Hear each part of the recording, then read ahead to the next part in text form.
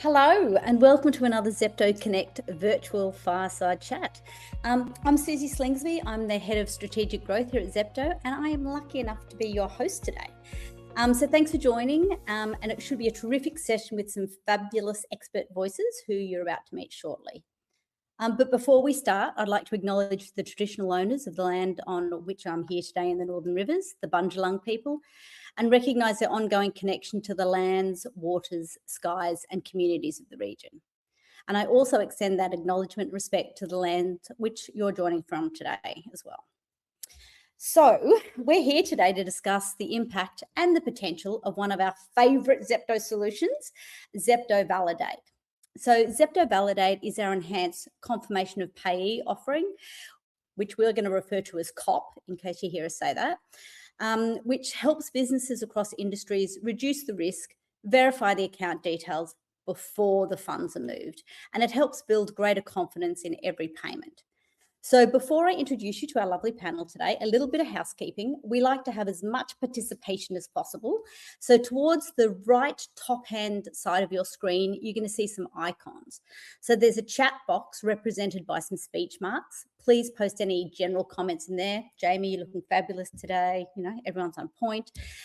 Below that, there's a Q&A icon, and that's where you can pop any questions for the panel. So we're going to keep our eyes on that as we go through this today. And if you see someone puts a cracking question in there that you love, you can actually upvote it by pressing on a little arrow beneath it. So for the best results, we'll put the questions in the Q&A channel and the comments, shout outs and any lovely emojis in the chat channel. So we'll work with that. So what are we here to talk about today? I suppose frauds, scams and misdirected payments, they're an ever-present and growing risk, and businesses, or anyone really, simply can't afford to send money to the wrong account. So that's why we created Zepto Validate, which is a bank account name verification service that builds on top of Confirmation of Payee.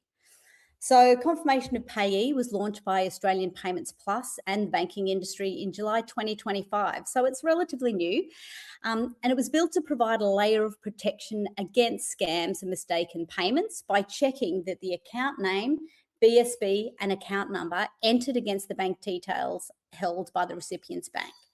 So we're lucky here at Zepto. We're unhindered by intermediaries as a directly connected institution onto the MPP. So we went from discovery to delivery of Zepto Validate in just 12 weeks, which is absolutely amazing. So a huge shout out to our product and engineering teams to make that happen so quickly. So what COP lookups via Zepto Validate can help businesses answer is one very important question. Is it Fred or is it fraud? So without further ado, I am going to introduce you to our expert panel. We'll do ladies first. Welcome, Jaimie Wistaff. Jaimie has more than 15 years experience of international experience as well, all the way from Canada. She's built a career on tuning into complex technical challenges and turn them into simple, elegant solutions for our customers. So at Zepto, in a day-to-day role, Jaimie's one of our senior solutions engineers, and she works with our merchant base to design custom use cases and build integrations that help them realize the full potential of their account-to-account payments infrastructure. So what Jaimie doesn't know isn't worth knowing. So welcome, Jaimie. Thank you. And joining Jaimie today is Josh Cameron. So Josh is the Chief Strategy and co-founder of Tanda. So founded in 2012, Tanda's an all-in-one payroll, HR and workforce management system trusted by thousands of Australian businesses. So it was built in Australia to handle the most complex payroll scenarios. Tanda's customer base stretches across lots of different industries, from healthcare, professional services, early learning, pharmacy, clubs, and hospitality, where they have some very tasty brands like I think Betty's Burgers, Domino's, Cheesecake Shop, Starbucks, and a lot more. So they all deploy Tanda solutions to reduce the employee friction and employ with confidence. So welcome to you, Josh, as well. Yeah, thanks very much for having me, Susie. It's great to be on here. Good. Now I'm going to start with a little icebreaker, and I want you to be honest. I'm going to ask both of you this. Have you ever almost sent money to the wrong person? Start with you, Jaimie. So I don't know if I have, but I can share the story of the first time in Australia that I've had to send funds to in that experience. And it was actually buying my first car here in Australia. So this would have been a little over 3 years ago now. And I remember it was a private sale, so having to send a lump sum to a random individual and having that moment, and there was a few zeros in his account number, and me looking at my phone and going like counting like 1, 2, 3, 4, and I'm like, no, wait, 1, 2, 3, 4, and making sure, before sending what would have been upwards of $20,000, and just thinking about it, my palms are almost sweaty again. But having to essentially ended up sending $1 to the person, just saying, did you get the $1? And he's like, yes. I'm like, perfect. Then send the full funds. But I will always remember that level of stress before sending those funds. But I don't know if I love it, Jaimie. You're a bit of the wrong person. You're a payments nerd sending that $1 first, but a very wise, safe move to do that. So good job. What about you, Josh? Well, I'm pretty dyslexic, so I think this is almost a monthly occurrence for me, getting something wrong in a long number. But yeah, just the other day I was sending my uncle some money for some bricks and could just completely mess it up. So yeah, I find it pretty helpful, and yeah, it's definitely good when it's turned on. I don't think it's just me. I think it's a lot of people can easily mess up numbers. Yeah, I think we've all been there along the way. So no, it's very, very true. Thank you for that one. Now, Josh, we're going to stick with you first, because we love a good business origin story. And Josh, I'm going to ask you to turn your mind back and take us back to your old uni days in Bris Vegas and tell us a bit about how Tanda got started. Yeah, it's a pretty long story, but I suppose I'll try and keep it a bit shorter. But we basically met at university. I was doing law and accounting. My co-founders were doing either IT or finance, and we met together. And we met because we wanted to basically take over our university bar, the guild bar, and a few other things that you have to do when you do it. It's sort of like a really union or a student guild.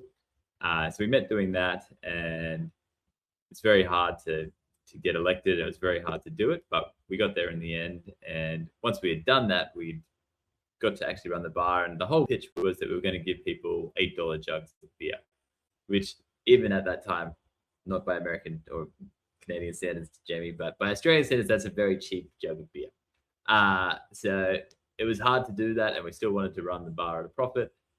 And one of the big, in hospitality, one of your biggest costs is always the labor cost. So after you've taken out paying $3.50 or $4 for the beer and the taxes, it doesn't leave much to have the labor correct. And that's when we really got the inspiration for building the product. And to start with, it was just like a little app on a tablet. This was just as tablets had become more mainstream around 2013. So getting a bit more price available for people. And people would just clock in and clock out on that tablet, and we'd send that up to our server, and we'd be able to see who was at work and when they're at work. And from there, we sort of realized, oh, maybe we're not well suited for real jobs. I spent about 9 months as an accountant, which really quickly confirmed that I should not do that. And we just started getting more and more customers. We got a little IGA in Kangaroo Point just down the road, and then we got this company called Pizza Capers, which had about 15 stores, and they said, oh, we'll use this if you guys build rostering for us. And like, oh, okay, we'll go do that. And then we got this medical center. It was like 45 medical centers across sort of all regional New South Wales, Victoria. Managed to get them on board, and then we're like, okay, we need a way of exporting to people's accounting systems. So we built that, and about 4 years in, that's when we started talking to Domino's, and that was a really key moment for us. It's just hundreds of stores they have, and it's actually thousands around the world now that are using it as part of Domino's, and that kind of kicked off a lot of our international expansion. Wow, I love that you started over trying to keep the cost of beer down. So that's a pretty good founding story, that's for sure. Now, Jaimie, we're going to be talking about confirmation of payee, so it would be really helpful if you could give us a bit of a 101 on confirmation of payee. Like, practically, how does it work? What does it do? What's your user experience like? Yeah, I think you touched on it a little bit in the introduction, but I'll kind of give you that 101 again. So essentially, it is an industry-wide initiative led by AP+.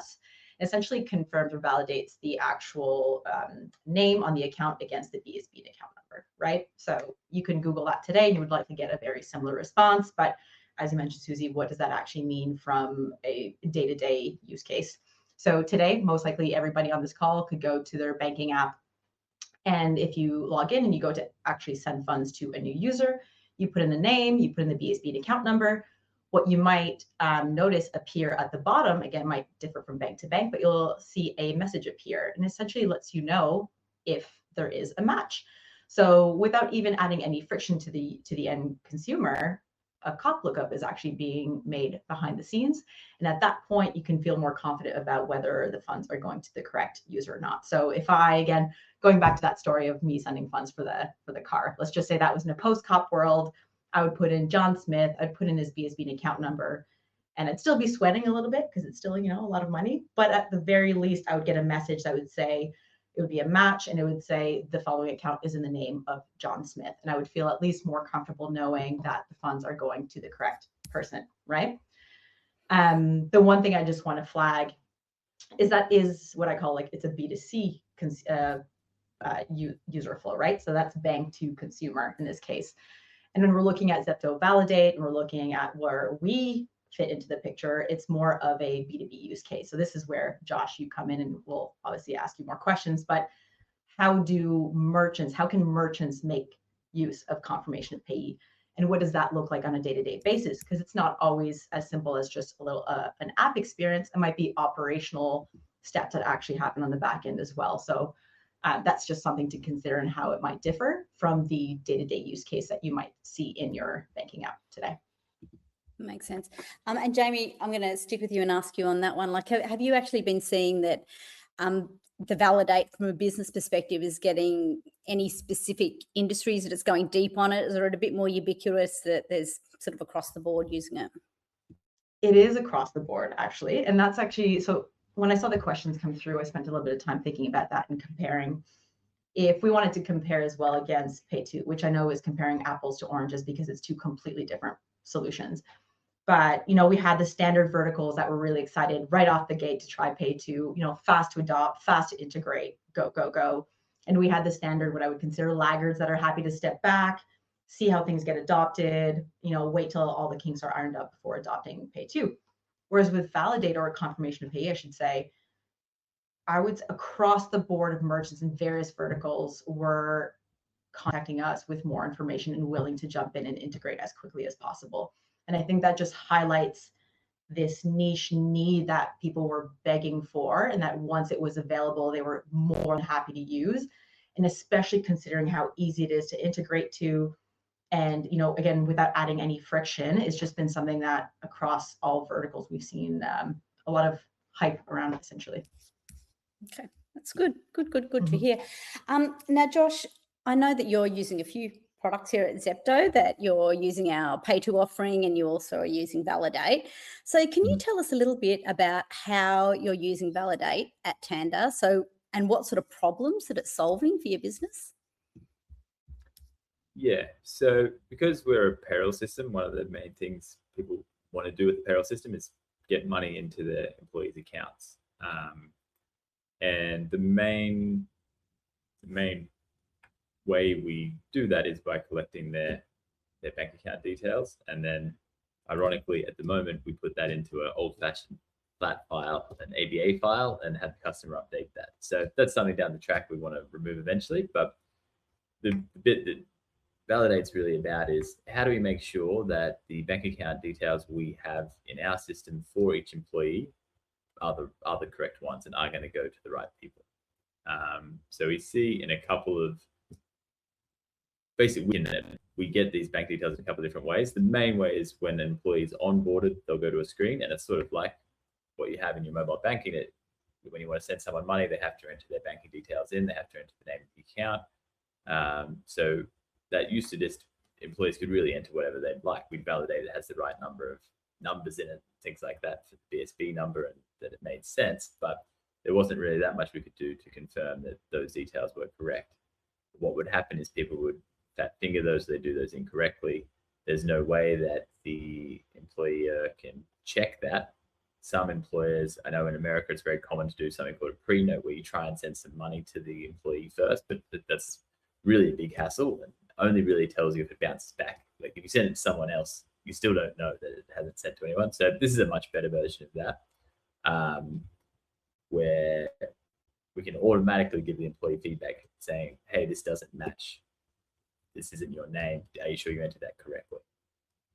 Ironically, some other strange things that happen is many employees think that what you want from their account name is something like checking or main or something that's like for their information. So you'd get like a good 20% of people at one stage before we fixed up some of the help desk and stuff. It was like 50% of people would put in something completely non-identifying for them, and that also causes a lot of downstream problems.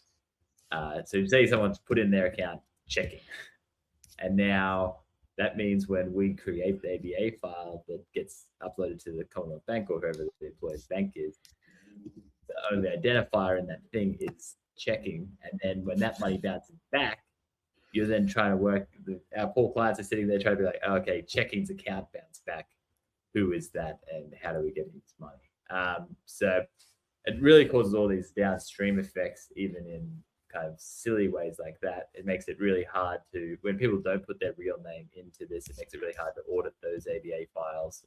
You want to be able to see that the pay slip match when you're checking that file. You want to see, hey, does this pay stub match what we have in this account here? And the more accurate those can be, and the better that data integrity can be, the better that will. That's really interesting, considering that it's from a reconciliation standpoint as well. That's not just fraud. And our ideal state is just to eliminate that and just use Pay2 for everything. But I think the whole industry is a little way from that being a thing yet. The other use case, tell me if I'm going here too long, Susie, you can pull me out. No, you're all good. when people are first implementing Tanda, this is like probably the most stressful time for payroll people, because it's not simple to move. Historically, it was very not simple to move payroll systems. It's definitely getting easier and easier with things like STP and other things that are going on, and we're able to move people across much more quickly. But that's a stressful time, and the integrity of the data through that time, you really want to, that's a big concern for our customers is, hey, when we run this very first pay run in Tanda, are we going to be sending the money to the right people? And we've noticed that having what we do as people import the bank details, we check them, we make sure they do match, and we've discovered throughout that process many potential issues in the way people have formatted that. Like it's just easy to make mistakes when you're moving that data over, and we're finding a lot of those, and that's reducing a lot of the stress, and it's creating a lot of peace of mind for people during that first couple of pay runs, and that's a really key time for us to be doing that. So that's probably, and we're also like very close to the customer at that point, so we hear that feedback. Yeah. That's good. And so it sounds as if, implementing it is helping to uplift your customer experience, and it's also having an impact both operationally and from compliance, because you're not having to wait till later on down the track to find out that something's gone astray. So it's sort of from an end-to-end process. It's been quite helpful in that regard. I suppose if you've got your Chief Strategy Officer hat on, when you think about a return on investment on Validate, is it more about, time saved? Is it more about reduction in, payment repair, so to speak, or cost, or is it sort of a combination of everything? So for us, it's a little bit,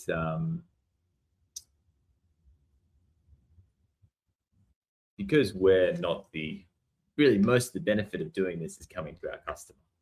So if we were just like trying to maximize how much money we made out of people, we wouldn't turn this on, because like it just causes them inconvenience, and people probably wouldn't leave just because we didn't have this. But what it's really doing for us is create a much nicer experience for our customers, so they value the solution more, they can get started on it easier, and the cost of it isn't so high that it's not worth us building that into the offering we have. And for us, it creates further differentiation from most payroll products that have trouble integrating anything new or doing anything different. So we can just point to more and more things for our customers, and more reason to move onto our payroll system. For our customers, the ROI for them is about all those things you were talking about. So it's reducing their risk, it's making it more convenient, and stopping all this rework. So every time you pay someone to the wrong account, I'm sure that this generates like an hour's work. Well, that's significant, isn't it? Like every hour for every, I'm a what is it? Contact? No, whatever they put in their contact details. Yeah, like that's quite stressful, isn't it? You think I'm that's going to so pop to one of the. like they got like 1,000 people. It's every week people would be paid. Yeah. So, yeah. That's a logistical nightmare. I was having a think. I know there's some questions popping up at the same time, and I'm going to jump into one or so. Andreas, I've seen yours is in there, but Jaimie, I'm going to jump to the second one first, because it sort of ties in here. Whether we've got any stats on legitimate new accounts that don't recognise an account through Validate. So if they come up as a do not match, and if that does happen, what do you do with it? Let me see here. I'm just thinking, do you have any stats on new accounts that don't? We wouldn't have any stats to share on this session today. However, we definitely do have that data. Now, one of the things to consider is that when there are new accounts, it should take only a few hours, but we usually say it takes roughly 24 hours for the new accounts to be registered through to the central matching service. So there is still those edge cases where, let's just say it's a brand new account and then you initiate a lookup and there might not be a response. That being said, with what we have in some of our error responses is what is considered a retriable Boolean. So essentially, based on some of the underlying responses, we advise and we suggest essentially if it's something that you should retry in the future. And that is a perfect use case where it would be you'd have a retriable response with yes or true, rather. And in that case, you would simply retry at a future time. So this is where we try and guide our response, and I'll touch a little bit to this in our B2B questioning a little bit later on today. But this is where we try to essentially guide our merchant as much as possible as to where it's worth retrying, again, another lookup, or whether the error that came back is the final error and is not worth retrying, essentially. So there are a few different use cases, and essentially we'd go through, because there's a variety of different error responses. And that's where we would work with you essentially to decide which one is worth retrying or not. Yeah, and I think it's fair to say, because when you think about it, it's relatively new, because Confirmation of Payee framework was only launched in, was it July 2025? So it's pretty new. And as part of that, it was a bit of a standard traffic light, green, fabulous, orange, red, no match. And it's come quite a bit of a way since then. So I think what we did at Zepto is we identified a greater opportunity is actually taking that raw data and turning it into some actionable intelligence. So can you talk to everyone a little bit about that? Yeah, definitely. So this is definitely where that B2B use case comes in and shines with that traffic light that you were mentioning. It's been really, really interesting to see the value from COP, at its core with the match, close match, no match, and then the various errors, which I won't speak to today, or else I'll go on for the rest of this call. But really what's been interesting is the nuance in that scale that you see in close match and no match, right? So as an example, a close match, there is a range of what that suggests. So as an example, a close match can be 80% up to, let's just say, 94% match rate, right? Now, this again depends individual, non-individual account, but that being said, depending on the vertical, a close match rate might be considered close enough match to allow payment for one risk vertical, but for another, they might still need more detail to actually make that educated decision on should we go ahead and make this payment. Now, again, even same thing I would say with no match, as an example, which I'll just give you a few more, is a business account, right? So somebody could be searching up a common business name, which is just a short name. But what might be registered is the full legal entity name, including the ABN. So when you're going through a match, that might actually fall under a close match or even a no match. So sometimes you do require that additional layer of review and investigation before making that appropriate decision of, do I want to pay this invoice, right? Is this close enough for me as a business to go ahead and make this payment, even though it may have come back as a close match or no match? So what that's really done is us, through seeing all of these lookups being done, we're allowed to essentially review that data and provide that additional layer, which is what's included in Validate, to essentially provide as much information as we can to our merchants while still staying true to keeping that data secure and not sharing what should not be shared, which is also extremely critical. So we're dancing that line between providing as much guidance as we can while still respecting the data and keeping it secure at the same time. No, I think that's a good example. And Andreas, I saw your question in there. I think that answers the second half on how we should handle edge cases, because it really is quite industry specific, and that's why we do actually sit down and get to know what are you trying to achieve, who are your customers, what are the risks, so that we can help you with that pathway. And I know that there was another one in there. You had asked about accuracy rates on consumer versus businesses. I think there's probably another one, Jaimie. We don't have the exact stats that we'll pull out on this session, but we're happy to do some follow-up on there. Yeah, definitely, because just to share that, that's the one thing that's included in Validate, as well as knowing whether it is individual, non-individual. So again, depending on that use case, you can leverage that information to then build out your own rules, and they might differ whether it's an individual or non-individual account, right? So that's exactly what you mentioned, Susie, is working with your specific use case and also your risk appetite at the end of the day to gauge those no matches and close matches, and make the recommended approach with those error codes and responses and data that we provide. That's good. I'm making you sing for your supper today, Jaimie, because the questions are starting to come through thick and fast. And then we will come back to you, Josh, as well. There was another one that just came in then as well. It said, when verifying individuals and dealing with a close match scenario, what insights are we providing back on top of this that are provided by standard COP services?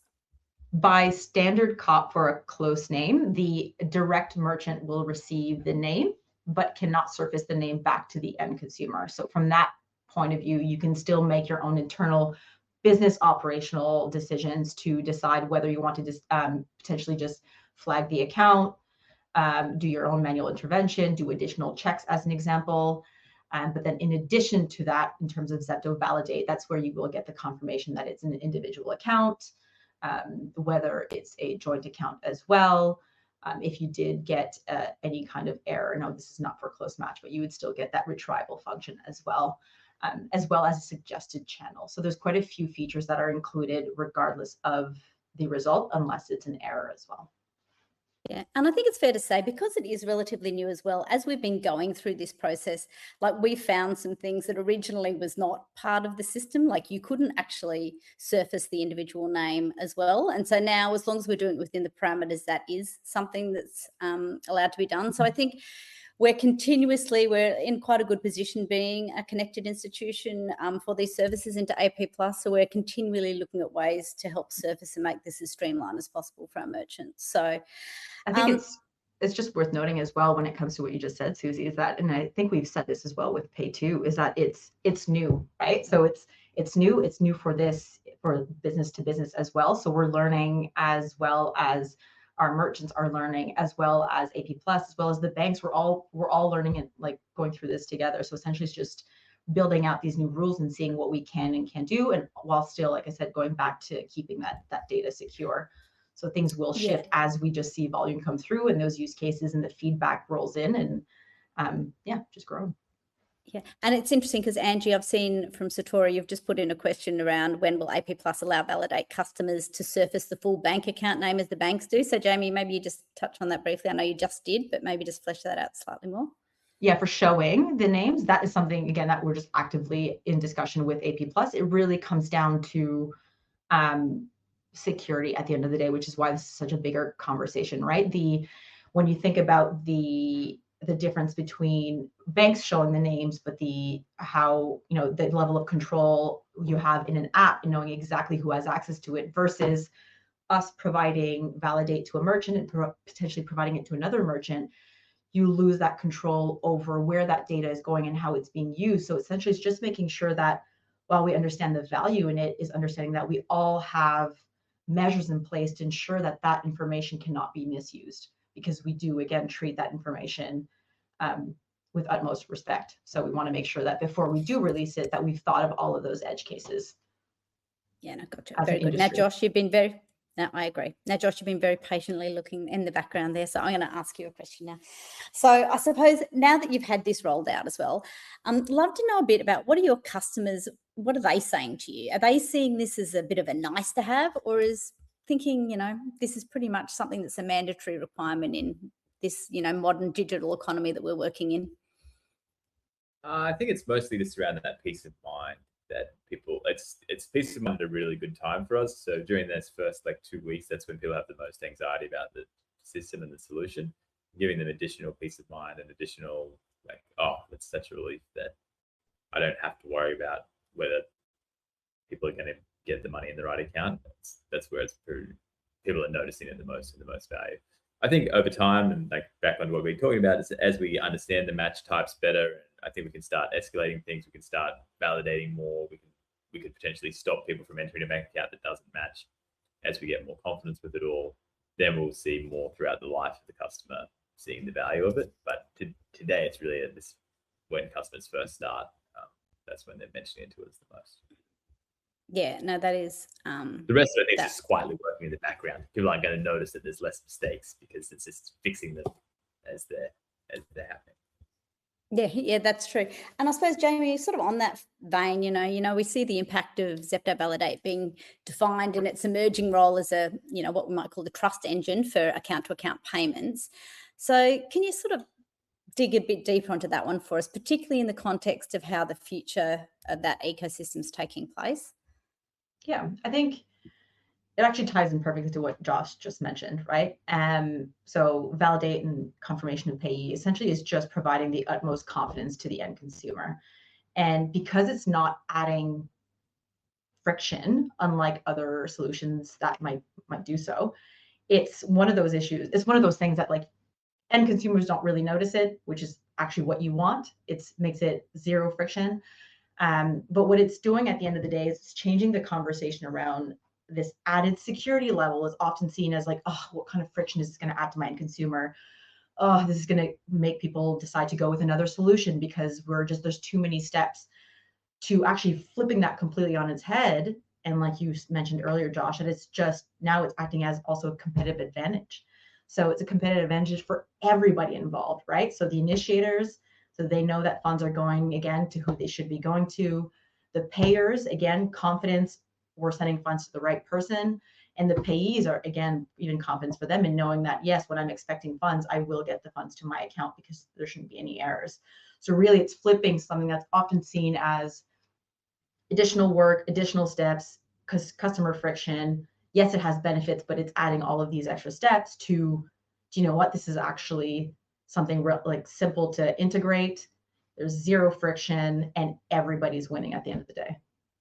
Yeah, I think it might actually allow friction to be removed. So when you update your bank details in our app, currently we're like, oh, you're updating your bank details, you need to enter your password again. That's really annoying because people are an app that are in that often, they have to go find that. People don't use it. So I think we could, as we get more confidence in it, we could do things like, oh, you only have to enter your password again if the account name doesn't match your name.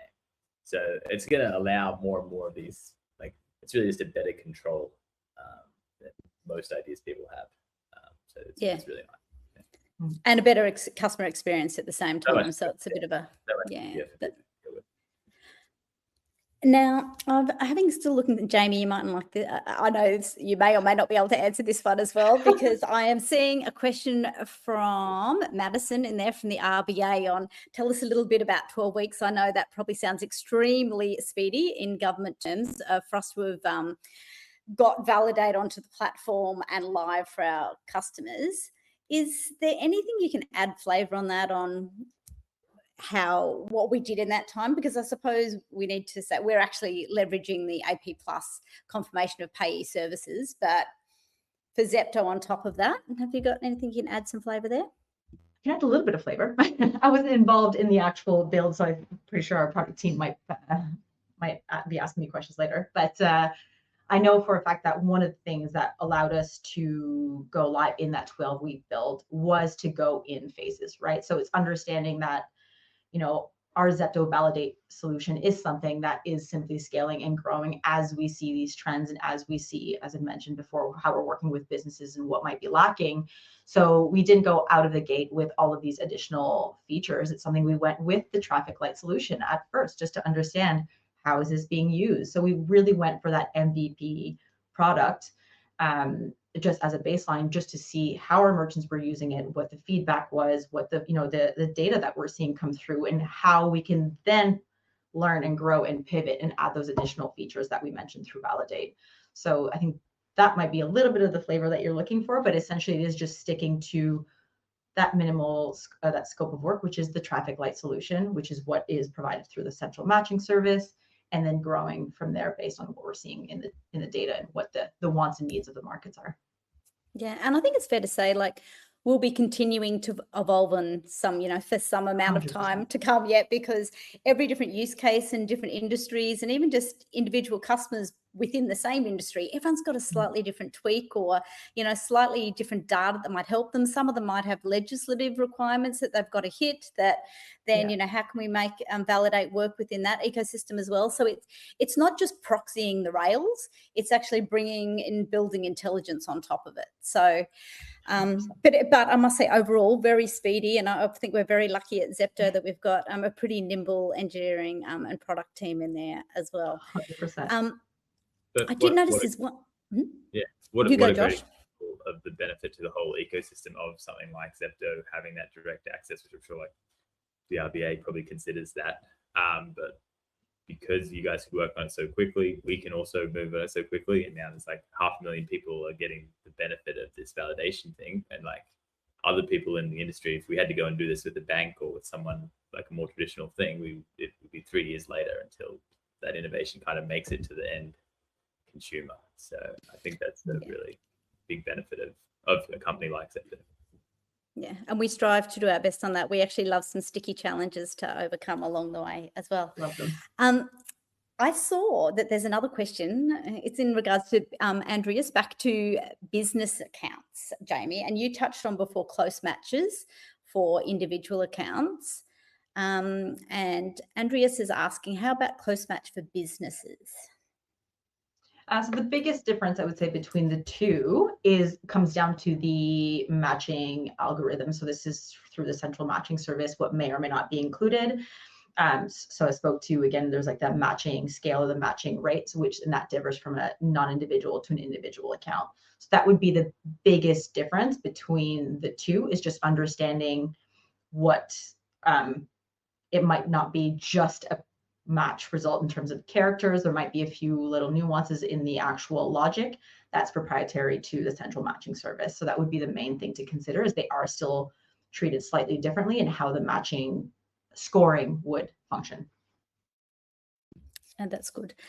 I think we've nearly answered all of those questions in there as well. So thank you everyone who's been asking questions and sending us some emojis. We're seeing rising from the bottom of the screens at different times as well. I think sort of that's broadly covered what we're going to cover today, unless anyone's got any last minute questions that they wanted to put into the chat. And as always, like there is follow-up stats we can give you if you're interested in that, or you like deeper use cases that you want to understand. Absolutely happy to have that conversation. We actually do have that Validate product. It's accessible via the Zepto API. And, it's probably a first for us as well, because we are a payments company. This is actually something that we can offer as a standalone to payments as well. So you actually don't need to be processing payments via Zepto to access this service either, which is fantastic.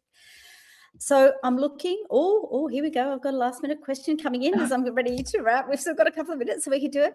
What are the typical match rates? Match rates in different industry segments. I think this one, porous, is we probably couldn't give you industry, but we could probably give you some, Jaimie, some holistic sort of data. Yeah, so again, couldn't necessarily give you the exact data or the exact rates per se, but what we have definitely noticed, it's not even by industry, it's by use case. So this is one of the biggest data points, is once you look at the actual verticals and you've gone by industry, every use case might be nuanced in such a way that it highly affects the actual matching rates that come through.